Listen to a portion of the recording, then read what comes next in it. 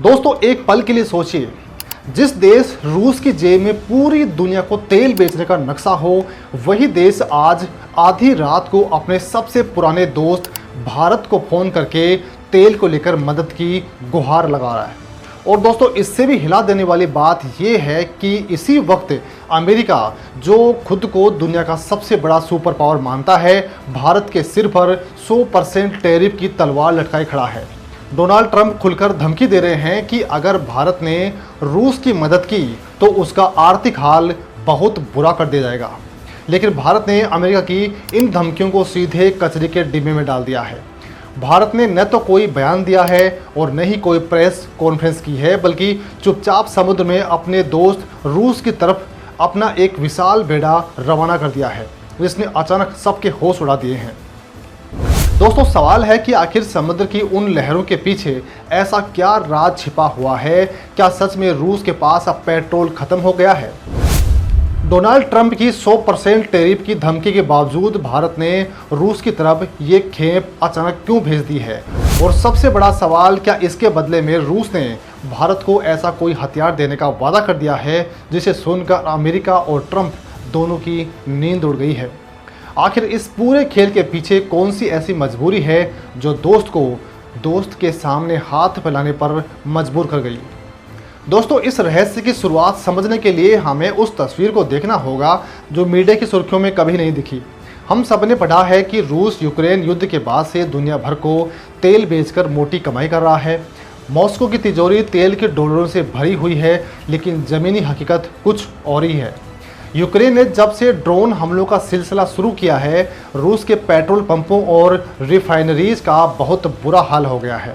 Refinery का मतलब है वो विशाल कारखाने जहां कच्चे तेल को पकाकर पेट्रोल और डीजल बनाया जा रहा है।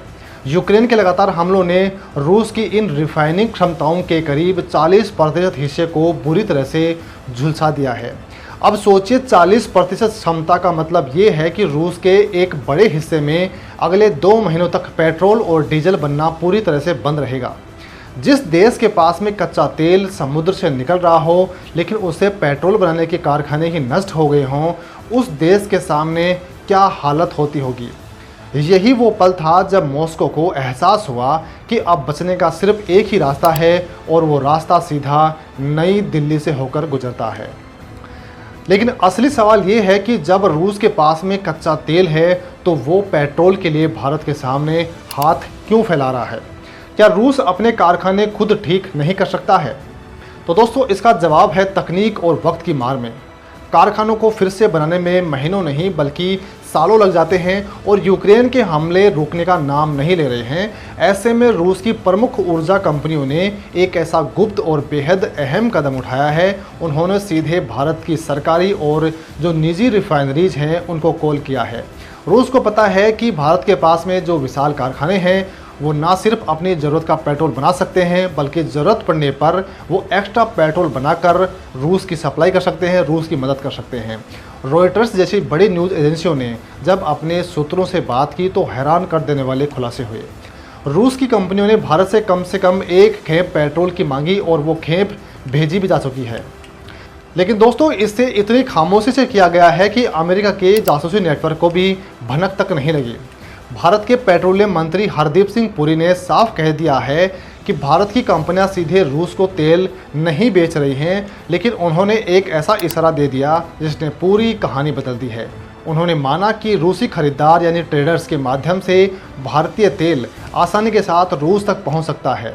यानी कानूनी तौर पर भारत ने ऐसा कोई नियम नहीं तोड़ा है, लेकिन असल में रूस की नसों में भारत का पेट्रोल दौड़ने लगा है। अब दोस्तों यहीं पर कहानी एक ऐसा मोड़ लेती है जो ट्रंप के होश उड़ा देने के लिए काफ़ी है। अमेरिका के पास भारत को डराने के लिए सबसे बड़ा हथियार था टैरिफ। टैरिफ का मतलब है किसी दूसरे देश के सामान पर इतना भारी टैक्स लगा देना कि वो सामान वहाँ बिक ही ना सके। अमेरिका ने साफ चेतावनी दी कि अगर भारत रूस से तेल खरीदता रहा तो उस पर 100% टैरिफ लगा दिया जाएगा। 100% टैरिफ का मतलब है कि भारत के निर्यात का गला घोट देना। अगर ऐसा होता है तो भारत की आईटी इंडस्ट्री से लेकर टेक्सटाइल और फार्मास्यूटिकल्स तक हर उस सेक्टर में तबाही मच जाएगी जहां से अमेरिका सबसे अधिक कमाई करता है। लेकिन भारत ने अमेरिका की इस धमकी को हवा में ही उड़ा दिया है। भारत को पता था कि अमेरिका को भारतीय बाजार की कितनी सख्त ज़रूरत है। अगर अमेरिका ने भारत पर 100% टैरिफ ही लगा दिया तो अमेरिकी कंपनियों का सबसे बड़ा और तेज़ी से बढ़ता हुआ मार्केट हमेशा के लिए बंद हो जाएगा। भारत ने अपनी डिप्लोमेसी का वो पत्ता खेल दिया है जिसने ट्रंप प्रशासन को बैकफुट पर धकेल दिया है। भारत ने न तो अमेरिका से बहस की और न ही कोई बड़ा बयान दिया, बस अपना काम करता रहा। और इसी खामोशी का नतीजा है कि आज रूस का बेड़ा भारत से पेट्रोल लेकर रवाना हो चुका है। लेकिन क्या भारत सिर्फ रूस की मदद करके पीछे हट गया है?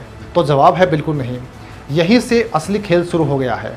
दोस्ती का ये नियम है कि जब एक दोस्त संकट में जान हथेली पर रखकर मदद करता है तो दूसरा दोस्त भी अपने सबसे कीमती चीज़ उसे सौंप देता है।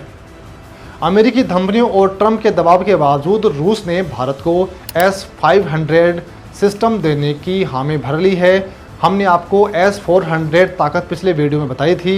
ये सिर्फ एक मिसाइल रोधी सिस्टम नहीं है, बल्कि ये भारत के आसमान को एक ऐसा किला बना देता है जहां दुश्मन का कोई भी ड्रोन, स्टील्थ फाइटर जेट या फिर बैलिस्टिक मिसाइल बिना अनुमति के दाखिल नहीं हो सकती है।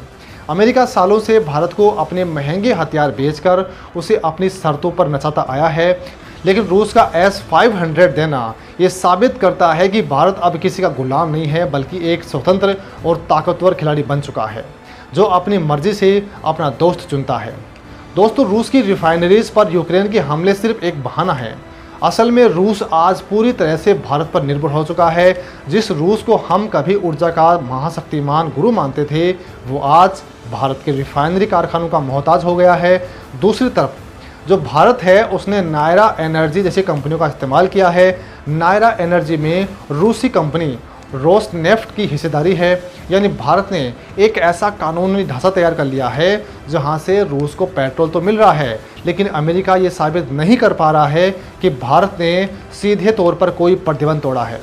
समुद्र के बीचों बीच जहाज से जहाज में तेल ट्रांसफ़र करने की यह तकनीक भारत ने इसलिए अपनाई है ताकि अमेरिकी रडार और सैटेलाइट इस खेप का पता लगा ही नहीं पाए। दोस्तों, ये है भारत की वो खामोश डिप्लोमेसी जो शोर मचाने के बजाय नतीजे दे रही है। अमेरिका चाहकर भी भारत पर 100% टैरिफ नहीं लगा सकता है, क्योंकि उसे पता है कि भारत अब वो पुराना कमज़ोर देश नहीं रहा है। भारत के पास अब ना सिर्फ आर्थिक ताकत है, बल्कि रूस जैसा दोस्त भी है जो संकट के समय भारत के सामने हाथ फैलाने से नहीं चूकता है। खैर दोस्तों, आपको यहाँ पर क्या लगता है? क्या अमेरिका सच में भारत पर 100% टैरिफ लगाने की हिम्मत कर पाएगा, या वो भारत के सामने घुटने टेकने पर मजबूर हो जाएगा? कमेंट में अपनी राय लिखकर जरूर बताइएगा। साथ ही वीडियो पसंद आई हो तो लाइक कीजिएगा, और ऐसे ही गहरी और रहस्यमय कहानियों के लिए चैनल को सब्सक्राइब भी जरूर कर लीजिएगा। जय हिंद।